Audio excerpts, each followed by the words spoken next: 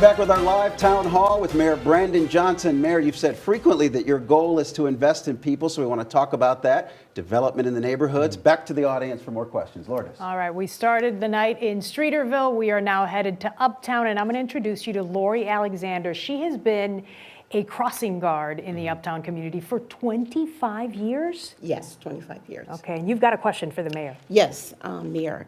With all the new development and rising rent in Chicago, what is your administration doing to make sure long-time residents and working-class residents aren't pushed out of their neighborhoods? Yeah, thank you. That's a great question.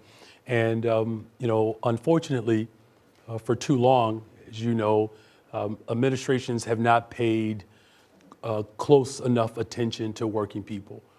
And that's changing under my leadership. As a member of the working class community, I know how difficult it can be to raise a family on a teacher's salary, for instance, while ensuring that your children have all the things that they need. And today we had an historic development where we passed the Green Social Housing Ordinance, which essentially is going to create more units, and it's a tool that I'll be able to use to create more affordable units. Something that I'm actually very proud of that we were able to accomplish in my first 2 years in office. We passed a $1.25 billion investment bond to build more affordable homes and to create economic development. And so far we've built almost 4,000 affordable units. There are about 1,800 that are under construction, 4,600 more within the next 18 months. We're actually building affordable homes downtown. I don't believe there's anywhere else in the country where downtown we're also building affordable homes. That's something that's unique to Chicago.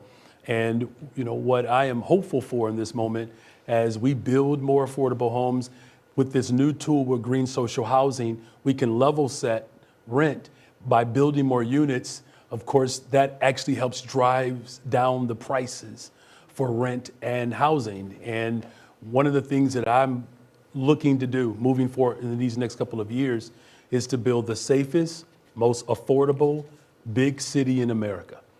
Because families who work hard every single day have to be able to afford to live in a city that is clearly developing and building. So thank you for that question, and would love to continue to work with families like yours Mayor, to ensure that we have more affordable units. Mayor, as you build that affordable housing, the homes, rent is still sky high for a lot of Chicagoans. Yeah. According to Rent Cafe, the average rent is around $1,800 to $2,300 for a one-bedroom apartment. For a two-bedroom apartment, it's $3,100. Your ally, Alderwoman Pat Dowell, says your green social housing plan would benefit wealthy communities, but not African-American neighborhoods. She says too much of housing remains at market rate. So what can you do to lower the cost of the market rent? Build more units. That's the answer. Right now, we do not have enough of the supply. Right, and because the demand is so strong with limited supply,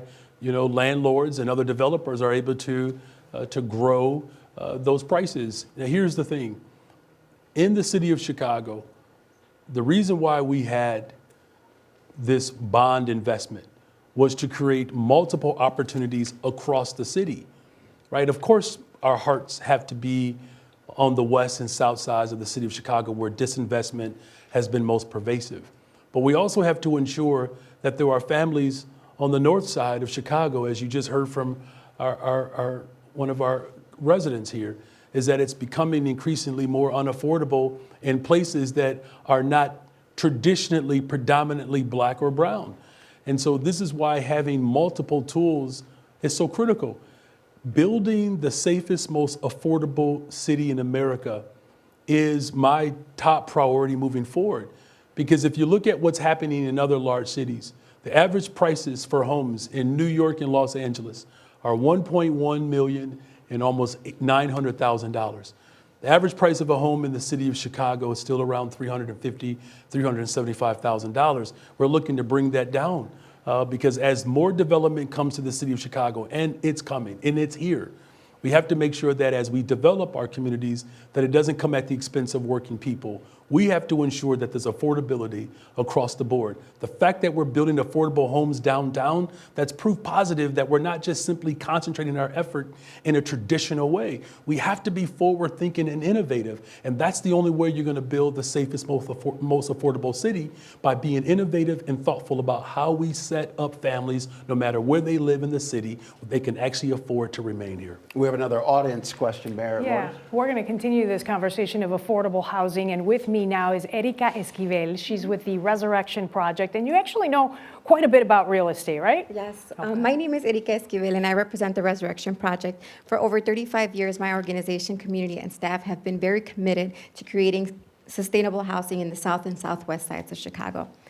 We agree that down payment assistance and cut the tape initiative are crucial for first generation and first-time home buyers to achieve the dream of home ownership. What investments is your administration making to increase the supply of homes available for purchase and make them accessible to Chicagoans in the south and southwest sides? Yeah, thank you for that question. One of the things that we did early out in my administration is working with a community-based organization, United Power, where there were vacant lots that the city owned. And we turned those vacant lots over to this organization to build affordable homes and to do it with some expediency. So in Back of the Yards in the 20th Ward, North Lawndale, the 24th Ward, Roseland on the south side of Chicago, we turned over hundreds of vacant land to develop and build those affordable homes. And I'm glad you raised that question. I kind of got ahead of myself today, where we talk about the cumulative wealth of some folks in Chicago versus other families. One of the ways in which we can build long-standing generational wealth is by ensuring that families have a pathway to ownership. And so you're right, it's not just about down payment assistance. And we appreciate that. My wife and I took advantage of down payment assistance. We needed and used 2 government programs to help purchase our home, and we're very happy and pleased with our space in Austin. And I want that for other families. And so as we work with more community-based organizations and create land that's available for families to be able to build on that land in an affordable way, that's how we create long-term economic stability within our communities. And we're going to continue to do more of that.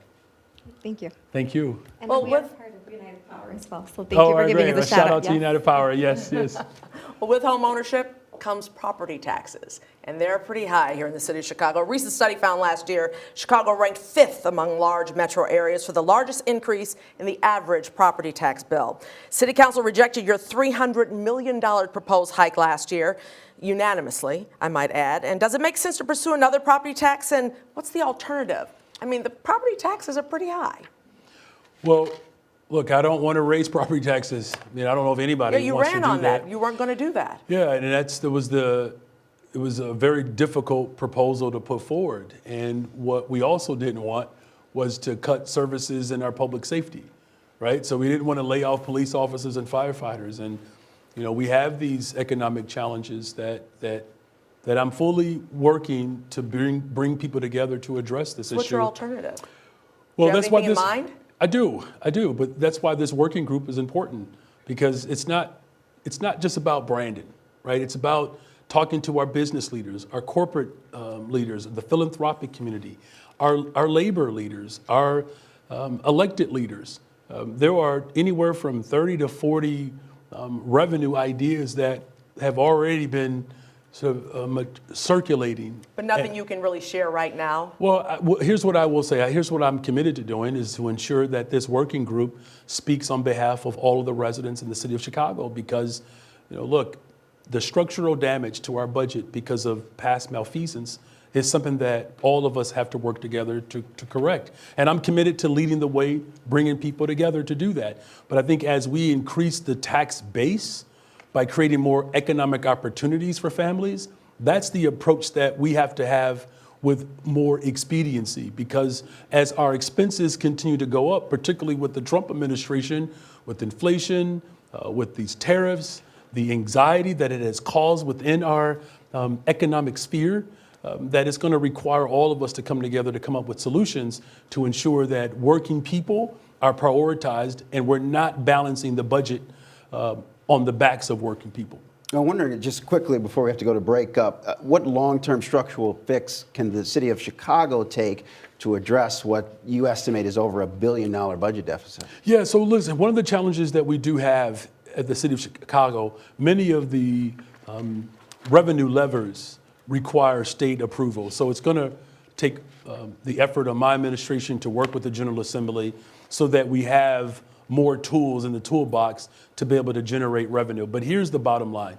The ultra wealthy in this city have to say and do more. They're going to have to put more skin in the game. $11 billion of new investment, the growth between corporate CEOs and the average everyday worker, that wealth gap continues to spread. How do you collect that? What sort of tax are you talking about? Well, look, there's no secret that, our city voted overwhelmingly for a progressive income tax, right? We know the rest of the state kind of, created weight there, but it's clear that the people of Chicago recognize that the ultra wealthy in this city have to put more skin in the game, and that's going to require all of us to work collectively to ensure that there's a balance in terms of our revenue generation so that, again, the burden is not on everyday working people. Gotcha.